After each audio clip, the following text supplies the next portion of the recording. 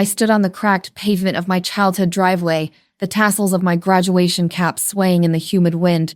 I was clutching my diploma, magna cum laude in business administration, so tightly the leather cover was starting to warp. There were no balloons tied to the mailbox, no congratulations banner draped across the porch. In fact, my parents hadn't even shown up to the ceremony. My mother, Linda, claimed she had a migraine, and my father, Robert, said he couldn't leave her side. I reached for my house key, my hand trembling slightly from a mix of exhaustion and disappointment. I slid it into the lock.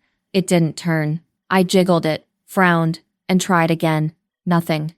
It was like the wrong key. Suddenly, the door swung open. My mother stood there. She wasn't holding a cake.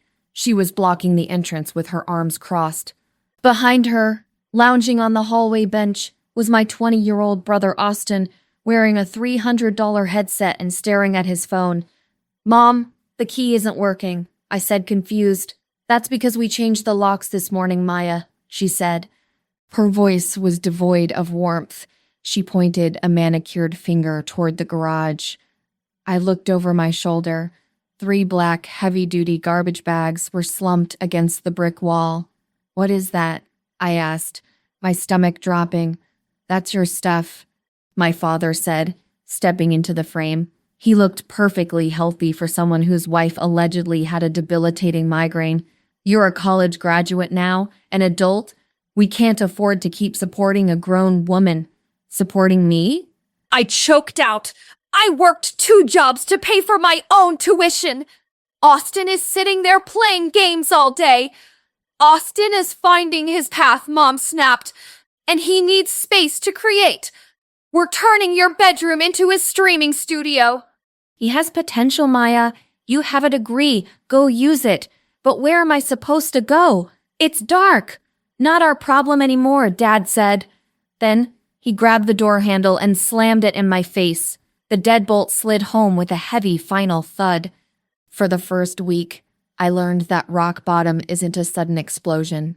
It's the quiet, humiliating sound of a stomach growling in the middle of the night while you try to sleep in the backseat of a Honda Civic. I parked behind a 24-hour gym, using my membership solely for the showers, washing my hair with cheap soap while praying none of my former classmates walked in.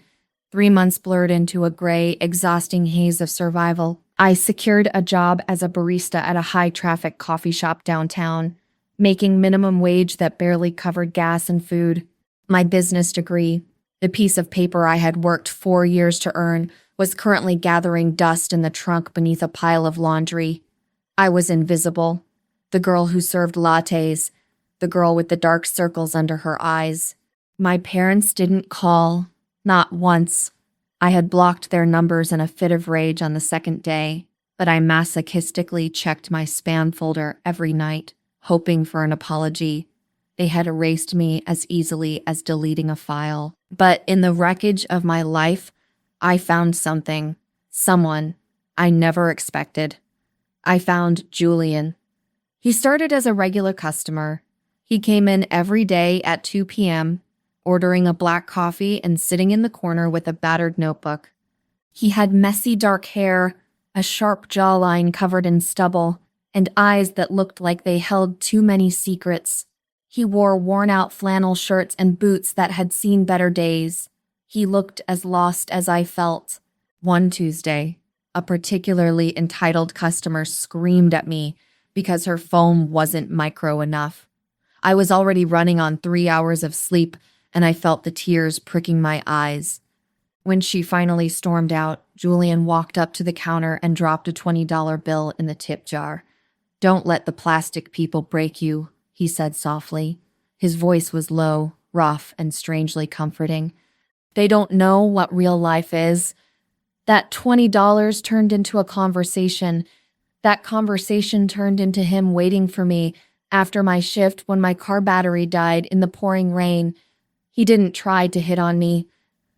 He just jump-started my car, his wet hair plastered to his forehead, laughing as sparks flew.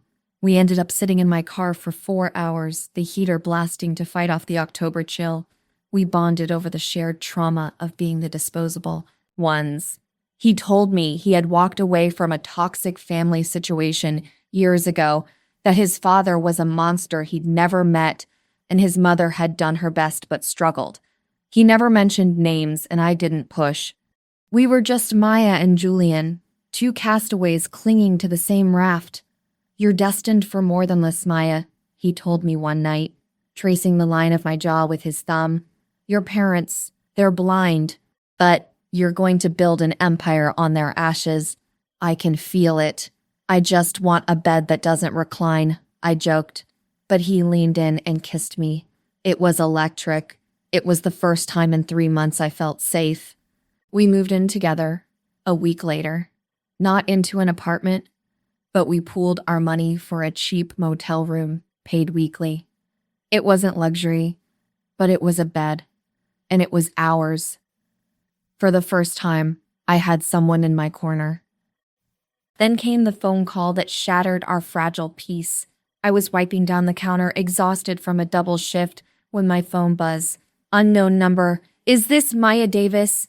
A crisp, professional voice asked. "Speaking." "Miss Davis, my name is Arthur Graves. I am the attorney representing the estate of Eleanor Davis. I'm calling to inform you that your grandmother passed away 2 days ago." I froze, the rag in my hand dripping onto the floor. Grandma Eleanor. I hadn't seen her since I was 12. My father hated his mother. He called her a controlling witch and banned us from visiting her. I only had vague memories of a stern woman with sharp eyes who used to sneak me candy when Dad wasn't looking. I didn't know," I whispered. "My parents didn't tell me." "I am not surprised," Mr. Graves said dryly. "However, her last will and testament requires the presence of all potential heirs for the reading. It is scheduled for tomorrow at 10 a.m. at my office. Your presence is mandatory." "I can't," I said, panic rising. "I have work. I can't afford to lose this shift." "Ms. Davis," he interrupted, his voice dropping an octave, "I strongly suggest you find a way. This is not a matter you want to miss." I hung up, my mind racing. Before I could even process the grief, the bell above the coffee shop door chimed. I looked up and felt the blood drain from my face. Walking in were my parents. They looked absurdly out of place in the gritty downtown cafe. My mother was wearing a new designer coat, and my father was adjusting a silk tie. They scanned the room with a look of distaste until their eyes landed on me. Suddenly their faces transformed. The sneer vanished, replaced by a tragic, teary-eyed performance that deserved an Academy Award. "Maya," my mother cried out, rushing toward the counter, arms open. "Oh, thank God we found you! We've been so worried!" She tried to hug me over the counter. I took a step back, recoiling as if she were radioactive. "Worried?" I snapped, loud enough for customers to turn their heads. "You changed the locks. You put my life in garbage bags. You haven't called in 3 months. Oh, honey, that was just a misunderstanding," Dad said, stepping up with a strained smile that didn't reach his cold eyes. "Tough love. We wanted you to spread your wings. And look at you, working hard. We're so proud. Cut the crap," I said, my hands shaking so hard I had to hide them behind my back. "Why are you here?" Dad cleared his throat, leaning in close. "Your grandmother passed, Maya. It's a tragedy, a real tragedy. We're all grieving. We need to go to the lawyer's office tomorrow. As a family. A family." I laughed, a dry, bitter sound. "I'm not your family. You made that clear when you chose Austin's gaming room over my shelter. Don't be difficult," Mom hissed, her mask slipping for a split second before she plastered the smile back on. "Look, we know things were tense, but Grandma Eleanor was, well, she was wealthy, Maya, very wealthy. And we need to present a united front to make sure the estate is handled properly, for your future, for the family." "I don't care about the family. I sen." "Please," Dad said, and I saw something in his eyes I had never seen before. Desperation. "Just come tomorrow. We'll pick you up. We can even go to lunch after." Talk about getting you back into the house. The audacity was breathtaking. They thought they could whistle and I'd come running back just because money was involved. They needed me as a prop for their performance of the grieving family. I looked at them, really looked at them. I saw the greed sweating through their expensive clothes, and I realized I couldn't face them alone. I needed an anchor. I'll be there, I said coldly, but I'm not riding with you, and I'm bringing someone. Who? Mom asked, her nose wrinkling in disdain. My boyfriend, I said. Since you resigned from the position of family, he's the only family I have left.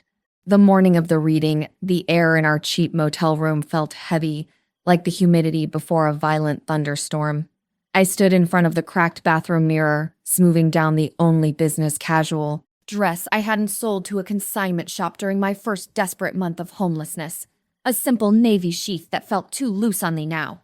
Stress had carved hollows into my cheeks, and the fluorescent light above the sink buzzed like an angry hornet, highlighting the exhaustion in my eyes. Julian sat on the edge of the sagging mattress, lacing up his boots. He didn't own a suit. He wore a clean black button-down shirt, dark jeans, and his worn-out leather boots. Yet, despite the lack of expensive fabric, he possessed a quiet dignity that made him look more substantial than my father ever did in his tailored Italian wool. You don't have to do this, I said, turning to face him, my hands trembling as I tried to fasten a cheap earring. My parents, they're vicious, Julian. They treat people like us like gum on the bottom of their shoes. I don't want them to hurt you. Julian stood up, crossing the small room in 2 strides to wrap his arms around me. He smelled like cheap motel soap and coffee, the scent of safety. Maya, he said, his voice low and steady, vibrating against my chest. I've dealt with bullies my whole life. A couple of suburban narcissists don't scare me. Besides, I'm not letting you walk into that shark tank alone. If they bite, I bite back. I squeezed his hand, grateful. We drove to the city center in my rattling Civic, the muffler coughing loudly as we pulled up to the gleaming glass tower of Graves and Sterling, the most prestigious law firm in the state. In the lobby, the atmosphere was suffocatingly sterile. Marble floors, abstract art that probably cost more than my entire college education, and a silence so profound you could hear a pin drop. And then there was my family. They were impossible to miss. My mother, Linda, was pacing near the reception desk, loudly berating the receptionist about the temperature of the room while adjusting a diamond brooch that looked suspiciously new. My father, Robert, sat in a leather armchair, aggressively typing on his phone, his leg bouncing with impatient energy. In Austin, my brother was sprawled across a sofa meant for 3 people, wearing a hoodie that cost $400 and headphones, tapping furiously on a Nintendo Switch. He hadn't even bothered to look up when the elevator dinged. "You're late," Gad snapped as soon as we stepped off the elevator, not even looking up from his phone screen. "Mr. Graves has been waiting 5 minutes. Do you know how much he charges by the hour? It's disrespectful to the process. It's $9.58, Dad," I said, checking my watch, my voice tighter than I wanted it to be. "We're early." Mom spun around, her eyes narrowing as they landed on me. For a second, she looked almost relieved to see me, the necessary prop for her play, but then her gaze shifted immediately to Julian. Her lip curled in a reflex of disgust she didn't even try to hide. She scanned him from his scuffed boots to his unbranded shirt, calculating his net worth in seconds and dismissing him just as fast. "And who?" she asked, her voice dripping with condescension. "Is this?" "This is Julian," I said, stepping closer to him, interlacing my fingers with his. "My boyfriend." "Boyfriend?" Dad finally looked up, squinting. "Since when? You're homeless, Maya. You should be focusing on finding a roof, not dating strays." "I have a roof," I said, my voice shaking but louder than I expected, "and Julian is the reason I haven't starved, which is more than I can say for my own family." "Drama, drama, trauma," Austin muttered from the couch, not looking up from his game. "Can we just get the money so I can go home? I have a raid at noon." Before I could scream, the heavy double doors of the conference room swung open. A tall, skeletal man with silver hair and wire-rimmed glasses stepped out. Mr. Graves looked exactly like a man who spent his life reading fine print and destroying people's hopes. "The Davis family," he said, his voice dry as dust. "Come in." We filed into a conference room that smelled of old leather and money. A long mahogany table dominated the space. My parents immediately rushed to the seats at the head of the table, flanking Mr. Graves like eager vultures. Austin slumped into a chair, putting his feet up on the expensive wood until Mr. Graves shot him a look that could freeze water. I sat at the far end, as far away from them as possible. Julian sat next to me, his knee pressing against mine under the table, a grounding anchor. "Let's dispense with the pleasantries," Mr. Graves said, opening a thick leather folder. Eleanor Davis was a woman of significant means and significant opinions. She was aware of the estrangement between her son and herself. Gad scoffed, leaning back with a confident smirk. "Oh, please. Mother was difficult, but she loved me. We had our differences, but blood is blood. I'm her only son. I know she wanted me to handle the empire." "The empire," Mr. Graves repeated, a ghost of a smile touching his lips. "Yes, let's talk about the assets." He pulled out a single sheet of paper. The estate consists of the primary residence in Greenwich, a vacation property in Aspen, a diversified stock portfolio, and several offshore holding companies. After taxes and debt settlement, the total liquid value of the estate is approximately $15 million. The room went dead silent. 15 million. I felt the air leave my lungs. I knew Grandma was comfortable. I had no idea she was this rich. My mother practically vibrated in her seat. Her eyes glazed over, and I knew exactly what she was doing. She was mentally redecorating her kitchen, buying a new Mercedes, and booking a first-class trip to Paris. Austin actually paused his game, his mouth hanging open. 15, Dad whispered, dragging a hand down his face, trying to look solemn, but failing to hide the avarice lighting up his eyes. "Well, it's a heavy responsibility, but I'm ready to steward her legacy." "We can finally fix the liquidity issues with the business, Linda. And the house," Mom added breathlessly. "We can finally get that pool house done. Stewardship will not be necessary, Mr. Davis," Mr. Graves said, flipping a page. "'Cause we haven't reached the distribution clause yet. It's standard procedure," Dad waved a hand dismissively, his eyes already counting the zeros. "Next of kin, just give me the papers to sign." "Actually," Mr. Graves said, "Eleanor left a video will. She wanted to deliver her final message personally." He pressed a button on a remote. A large screen on the wall flickered to life. But before the video started, my father glanced down the table again. He had been ignoring Julian since we walked in, treating him like furniture. But now, something caught his eye. He stared at Julian's profile, the sharp nose, the set of his jaw. Julian wasn't looking at the screen. He was staring right back at my father with an intensity that was almost palpable. Dad frowned, a flicker of unease crossing his face. He squinted, as if trying to recall a memory from a lifetime ago.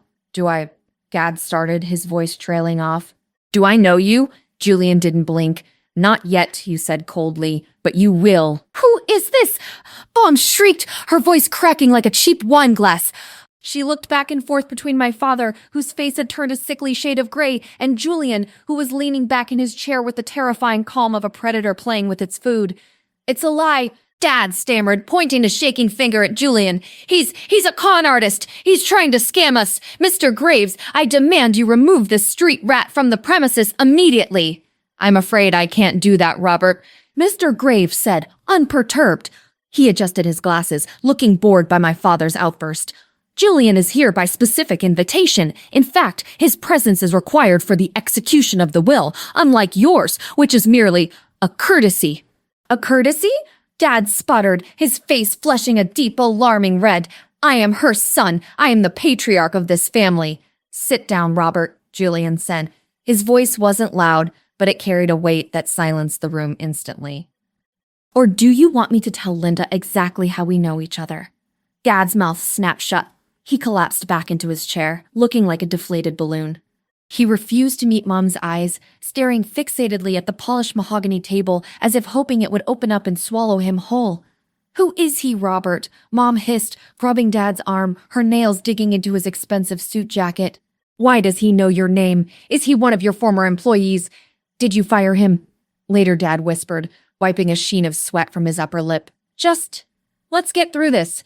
It's about the money. Focus on the money, Linda." Austin, oblivious as always to the tension thick enough to choke on, looked up from his switch. Yo, can we hurry this up? My battery's at 15% and I need to charge before the raid. Mr. Graves cleared his throat, commanding the room's attention with a single sharp sound. If we are quite finished with the family reunion, Eleanor has a few final words. He pressed the remote again. Grandma's face reappeared on the screen. She leaned closer to the camera, her expression hardening into pure steel. The video quality was high definition, capturing every wrinkle of disdain on her face. Robert, she rasped, you always thought you were the smartest person in the room. You thought that because I was old, I was blind. You thought I didn't know about your little arrangement in '99. Dad flinched as if he'd been slapped physically. You traded a human life for a reputation. Grandma continued, her voice dripping with disgust. You paid off a young woman to disappear because she didn't fit the Davis family brand you and Linda were building. You abandoned your own flesh and blood to save face. And then, 20 years later, you get it again. You threw Maya out like garbage because she didn't fit your new narrative. I watched, mesmerized. I had never heard any of this. A woman in 99 abandoned flesh and blood. My heart hammered against my ribs. I have watched you rot from the inside out, Robert, Grandma said, and I will not let my legacy rot with you. Therefore, to my son, Robert Davis, I leave absolutely nothing. What? Dad screamed, standing up so fast his chair tipped over with a deafening crash. That's illegal. You can't do that. I'll contest it. I'm the next of kin. Sit down, you fool. I'm not done. Video Grandma snapped, as if responding to him in real time. To my grandson, Austin, I leave nothing. You are a leech boy. Get a job. Austin blinked, finally lowering his game console. Wait, seriously? 0? That's cringe, Grandma. Actually cringe. And now, Grandma said, her face softening for the first time. She looked sad, almost tender, to the only two people in this family who have shown resilience, character, and a spine. I leave the entirety of my estate. She took a deep breath, and even on the screen she looked weary. My assets, including the Greenwich estate, the Aspen Lodge, the investment portfolio, and the blind trust with a total valuation of $15 million are to be divided equally, 50-50 between my granddaughter, Maya Davis. I gasped, my hands flying to my mouth. $7.5 million. My life had just changed. I was free. I could buy a house. I could pay off my loans. And my grandson, Grandma continued. Julian Black. The silence that followed was absolute. It was heavy, thick, and suffocating. I slowly turned my head to look at Julian. He didn't look at me. He was staring straight at my father, his jaw clenched, his eyes burning with a lifetime of rejection. Grandson? Mom whispered, the word escaping her lips like a curse. She turned slowly to Dad, her eyes wide with a dawning, horrific realization. Robert, what is she talking about? Dad didn't answer. He was staring at the table, defeated. Mr. Graves closed the folder with a soft thud. It is quite simple, Mrs. Davis. Before Robert met you, he had a relationship. When the woman became pregnant, Robert paid her a significant settlement to terminate the pregnancy. She took the money, but she didn't terminate. She had the child. She raised him alone, in poverty, while Robert climbed the corporate ladder. Mr. Graves gestured to the man sitting next to me, the man whose hand I had been holding 5 minutes ago. The man I slept next to every night. Julian is that child, Mr. Graves said. He is Robert's firstborn son. The world tilted on its axis. The room started to spin. I looked at Julian again, searching for a denial, a joke, anything. But he just looked tired. He finally turned to me, his eyes filled with a complicated mix of apology and pain. I wanted to tell you, he whispered, his voice cracking. I didn't know how. You, I stammered, my brain misfiring. You're Robert's son? Yes, Julian said. That means I felt the bile rise in my throat, my stomach twisted into a tight, agonizing knot. The millions of dollars suddenly didn't matter. The vindication against my parents didn't matter. I looked at my father. I looked at Julian. They had the same nose, the same jawline. How had I not seen it? I had been dating him for 3 months. We lived together. We shared a bed. Oh my God! I whispered, the realization hitting me with the force of a freight train. I shoved my chair back, the screech of metal on wood piercing the air. "You're my brother?" I screamed, the words tearing out of my throat. I sat there, frozen, the air in the conference room feeling like it had suddenly turned into solid concrete. My lungs were heaving, trying to pull in oxygen, but every breath felt tainted, heavy with a sickness that started in my stomach and radiated out to my fingertips. Brother, the word echoed in my skull, bouncing off the walls of my mind, distorting every memory of the last 3 months, every kiss, every late-night conversation, every time I had felt safe in Julian's arms, thinking I had finally found my person. The way he brushed the hair off my forehead this morning, the way I had been sleeping with my brother. A wave of nausea hit me so hard, I had to grip the edge of the mahogany table to keep from sliding onto the floor. I squeezed my eyes shut, praying that when I opened them, I'd wake up in my car, hungry and poor but clean. "Maya," Julian's voice was desperate, reaching out from the fog.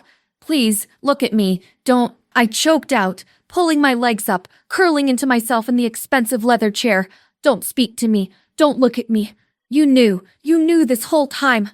"I knew Robert Davis was my biological father, yes," Julian shouted, his hands raking through his hair. "But I've never met him. My mom pointed him out in a newspaper once when I was 10. That's it. I didn't know he had a daughter named Maya until Mr. Graves called me last week to verify my identity for the will." "But you knew last week," I screamed, opening my eyes to glare at him through a blur of hot, acidic tears. "And you didn't leave?" "You didn't tell me? You stayed in my bed knowing we shared a father?" "I was going to tell you today," Julian pleaded, stepping toward me, though he stopped when I flinched. "I was terrified you'd leave me. I didn't think about the biology. I just thought about us. I fell in love with the girl in the parking lot, not the name on the birth certificate. There is no us." I sobbed, wiping my mouth as if I could scrub away the past. "It's illegal. It's sick. Oh my God, I'm going to be sick." While my world was shattering into a million jagged pieces, my parents were reacting in the only way they knew how, by calculating their losses.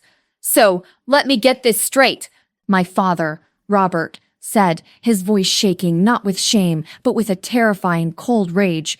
He stood up, smoothing his suit jacket, completely ignoring the fact that his daughter was having a mental breakdown 2 feet away. "You're giving $7.5 million to him? To a bastard. Robert," Mom hissed, slapping his arm. But she wasn't looking at Dad. She was looking at Julian, and the look on her face was even more terrifying than Dad's anger. It was a look of calculation. She stood up, walking around the table, stepping right past me as if I were invisible. She stopped in front of Julian, who was looking at me with a broken expression. "Well," Mom said, her voice taking on that sickly sweet tone she used on wealthy neighbors she wanted to impress. "This is a lot to process. Truly shocking. But family is complicated, isn't it?" Julian looked up at her, confused, his eyes narrowing. "Excuse me?" Mom continued, a tight, predatory smile stretching her face. "If you really are Robert's son, that makes you family. And family helps each other. We can look past the unfortunate timing of your birth and the complications with Maya." "Linda, what the hell are you doing?" Dad snapped. "I'm being practical, Robert." Mom spun on him, her eyes flashing with greed. "He has half the estate. We are currently destitute because someone—" She glared at Dad, leveraged the house to buy crypto that crashed. "You bought the boat, Linda!" Dad yelled back. "Stop it!" I screamed, slamming my hand on the table. The sound echoed like a gunshot. "Stop it, both of you!" "Do you not realize what just happened? Julian and I, we are related, and all you care about is the money?" "Grow up, Maya," Dad scoffed, waving a dismissive hand at me as if I were a fly buzzing around his head. "Yes, it's gross." "You've embarrassed the family name yet again. Sleeping with your half-brother. It's repugnant, but we can hush it up. We'll send you away for a while." The real tragedy here is that my mother left her fortune to a mistake I paid to erase 20 years ago. He turned his cold, dead eyes onto Julian. "You're a thief," Dad spat. "You and your mother." "She took my money back then, and now you're back for more? I'll sue you. I'll tie this estate up in litigation for decades. You won't see a dime. I'll prove undue influence. I'll prove fraud. Julian's expression hardened. The sadness vanished, replaced by the cold, sharp anger I had seen in the parking lot the day we met. He stood up, towering over my father, his fists clenched at his sides. You think I want your money, Julian said quietly, his voice trembling with suppressed rage. I'd burn it all if it meant undoing the pain I caused Maya. You're not a father. You're a donor. And a cheap one at that, you ungrateful little... Dad lunged forward, his face contorted. Enough! Mr. Graves slammed a heavy book onto the table. The sound was so loud that Austin jumped, dropping his switch onto the floor. Sit down, Mr. Davis, Mr. Graves commanded, his voice booming like a gavel. Or I will have security remove you, and you will miss the finale. And trust me, Robert, you do not want to miss the finale. Gad straightened his jacket, his face purple with suppressed rage, and sat back down, breathing heavily. Mom hovered nervously, unsure whether to keep flirting with her stepson or stand by her husband. She eventually retreated to her chair, clutching her pearls. I wiped my face with the back of my hand, feeling hollowed out. I couldn't look at Julian. I couldn't look at anyone. I just wanted to disappear into the floor. We have established, Mr. Graves said, his voice calm and clinical, that Julian is Robert's biological son.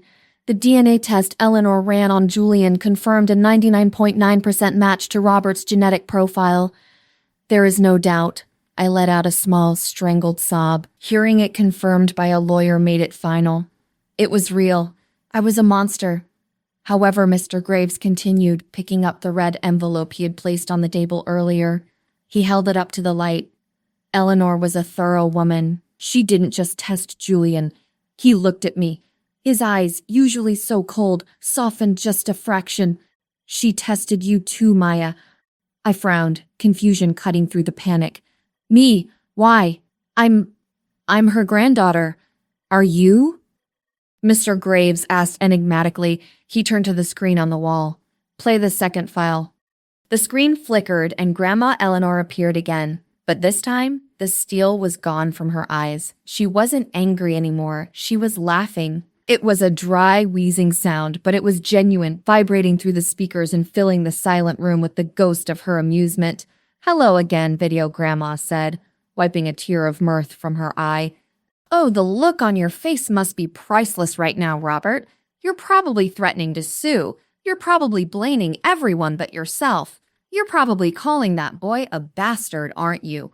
Dad crossed his arms, refusing to look at the screen, his jaw working furiously. But here is the irony, Robert, Grandma said, leaning into the camera lens until her face filled the frame. You are so obsessed with your image, so obsessed with the Davis bloodline. You abandoned your firstborn son because he was inconvenient. You treated your daughter like a servant because she wasn't flashy enough. You only loved the children you thought reflected your glory. She paused, her expression turning sly. But genetics is a funny thing, isn't it, Linda? My mother froze. Her hand, which had been reaching for a glass of water, stopped in midair. Her face went from flushed to a terrifying chalky white. Her hands started to tremble violently in her lap, rattling her bracelets. Turn it off, Mom whispered, her voice barely audible. Turn it off right now. Linda, Grandma purred from the screen. Do you remember the summer of '99? Robert was away on business in Tokyo for 3 months, expanding the firm, he said. And you? Well, you were taking tennis lessons. Very private, very intensive lessons. No, Mom gasped, standing up, her chair scraping loudly against the floor. That's a lie. She's senile. She doesn't know what she's talking about. I'm not senile, dear, Grandma said sharply, her voice cutting through Mom's panic. I'm observant, and I'm rich enough to buy silence just like Robert. Except I bought the truth. Dad turned slowly to look at Mom. His eyes were wide, confused, like a computer trying to process a fatal error. Linda, what is she talking about? I ran the test, Maya, Grandma said, looking directly at the camera now. Speaking to me across the divide of death, I took a hair sample from your hairbrush the last time you visited, 5 years ago. I compared it to Robert's. And do you know what I found? Mr. Graves ripped open the red envelope, The sound of tearing paper was the loudest thing in the universe. He pulled out a single crisp document. The results indicate, Mr. Graves read, his voice steady and loud, that the probability of Robert Davis being the biological father of Maya Davis is 0%. The room didn't just go silent, it went into a vacuum. I blinked, once, twice. The words hung in the air, shimmering like a mirage. 0? I whispered. 0. Mr. Graves confirmed, sliding the paper across the table toward me. You are not Robert's daughter, Maya. You are the daughter of, well, the report lists a match to a Mr. Alessandro Rossi. I sat there, my mouth hanging open, staring at the paper. I looked at my mother. She had collapsed back into her chair, burying her face in her hands, sobbing not with guilt, but with the hysteria of being caught. I looked at my father. He was staring at me, and then at Mom, his eyes bulging as his brain finally computed the math. And then I looked at Julian. He was looking at me. His eyes were wide, shimmering with sudden, overwhelming tears. The horror that had been there seconds ago, the sickness of believing we were siblings, was vanishing. A smile, a hesitant, disbelief-filled smile, was starting to beg across his face. Maya, he breathed, reaching out a hand. I started, my voice trembling, but this time with hope. We aren't related, Julian finished, laughing through a sob. We aren't related at all. Wait, Dad whispered. The sound was low, dangerous. He stood up slowly, turning his entire body toward Mom. You cheated on me. With the tennis instructor? With Alessandro? You abandoned your son. Mom screamed back, dropping her hands, her face a mask of ruined mascara and desperation. You left me alone for months. You were in Tokyo with your assistants. I was lonely. Alessandro listened to me. He made me feel beautiful. He was a pool boy with a racket, Dad yelled, his voice cracking. And you let me raise his brat? You let me put a roof over a stranger's head for 22 years, and then you kicked her out? Julian shouted, standing up and walking over to my father. He stood tall, looking every inch the Davis that my father wished he was, but with a heart my father never had. You kicked out the only person in this family who actually loved you, and now, look at you. And the son you do have? Julian looked my father up and down with pure, unadulterated contempt. He hates your guts. This is a nightmare, Dad muttered, clutching his chest. I've lost the money. I've lost my reputation. And I've been raising another man's child. And Austin. Mom yelled, trying to deflect. We still have Austin. Do we? Dad spun on her. Do we, Linda? Or should we test him too? Maybe he belongs to the gardener. Yo, leave me out of this, Austin said, looking up from his phone, though he actually looked worried for the first time. I look exactly like you, Dad, unfortunately. I stood up. My legs were shaking, but I felt lighter than I had in my entire life. The shame was gone. The ick was gone. The tie to Robert Davis, the man who threw my life in the garbage bags, was severed completely. I wasn't his daughter. I wasn't part of this toxic, rotting lineage. I looked at Julian. He opened his arms and I ran into them. We hugged, fiercely, openly, right in front of the people who had tried to destroy us. We're okay, he whispered into my ear. We're okay. I'm sorry to interrupt this touching moment, Mr. Graves said, though he didn't look sorry at all. But there is one final matter. The house. My parents stopped screaming. They both turned to the lawyer. The house is in my name, Dad spat. You can't touch it. Actually, Mr. Graves said, opening the final folder. About that crypto loan you took out. Titanium Holdings, Mr. Graves said, sliding a foreclosure notice across the table. Does that name ring a bell, Robert? Dad blinked, his face pale. Yes, they gave me a bridge loan 6 months ago when the market tanked. I needed liquidity to cover the margin calls. It was a private equity deal. Titanium Holdings, Mr. Graves said with a shark-like grin, was a shell company, wholly owned by Eleanor Davis. She knew you were desperate. She knew you were reckless. So she instructed her brokers to lend you the money with your house as collateral. The terms were aggressive. You missed a payment last week. I was going to pay it, Dad shouted. I just needed the inheritance money to cover it. Well, Mr. Graves said, closing the folder with a final satisfying snap. Since there is no inheritance for you, there is no payment. The loan is in default. The property at 42 Oak Drive has been seized by the creditor. Mr. Graves turned to me and Julian, and since you two are the sole beneficiaries of the estate, you are now the owners of Titanium Holdings, which means we own the house, Julian finished, his eyes widening.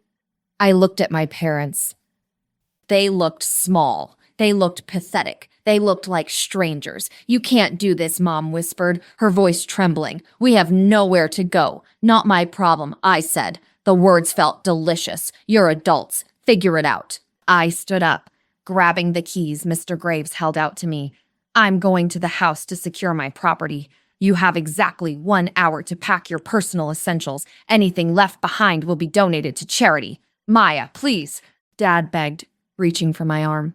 I stepped back. I raised you. I paid for your food, and you kept the receipts, didn't you? I said coldly. Goodbye, Robert. We drove to the house in Julian's car. My parents followed in their leased Mercedes, driving recklessly fast, probably trying to beat us there to hide valuables.